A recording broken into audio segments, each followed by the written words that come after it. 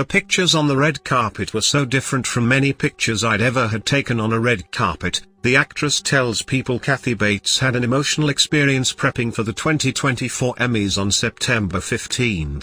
After losing 100 pounds over the past 7 years, the actress, 76, tells People in this week's issue, on newsstands Friday, she was able to go to Giorgio Armani for the first time in quite a while to find a dress for the evening. While trying on dresses, Bates says she and her friend who had joined her for the fitting were in tears because everything I came out in just looked exquisite. Ultimately, Bates landed on a deep purple gown with black beading. When the big night rolled around, the pictures on the red carpet were so different from many pictures I'd ever had taken on a red carpet, she says. I just felt so relaxed and ready, she continues. I knew I felt great, and I looked great. We had a wonderful little skit with Anthony Starr and Giancarlo Esposito. It was a lovely night. That evening was really special. While on the red carpet, Bates also got to meet Shogun star Anna Sawai, who teared up as Bates complimented her work.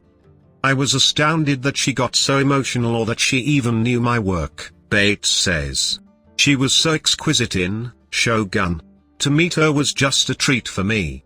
Bates, who currently stars in the buzzy CBS Matlock reboot, was first inspired to get serious about her health when she was diagnosed with type 2 diabetes around 2017. It scared me straight, she says. The first change Bates made to her lifestyle was taking a piece of advice her niece had given her about listening to her body. When we are full, we experience an involuntary sigh, she explains. I just pushed the plate away. She also changed her diet. I used to eat terribly, burgers and cokes and pizza, she admits, and stopped eating after 8 p.m.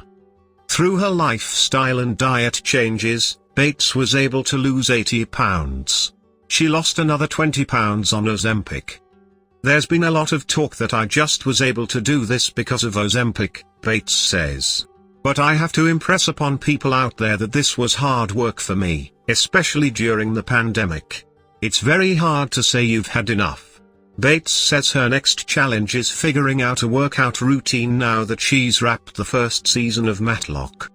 That's going to be my next thing that I'm worried about because I won't be on set running back and forth, she says. I have a treadmill here at the house, and I might try Pilates. People always ask, don't you want a trainer? No, I really don't. I don't want anybody over my shoulder. It's just very important to me to keep this going. I don't want to slip.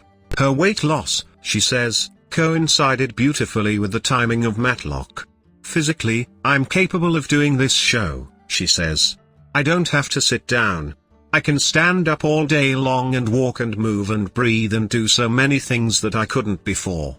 While Bates made headlines recently for saying Matlock would be her last dance after a 5-decade career, she clarifies that she isn't ready to step away from the industry just yet.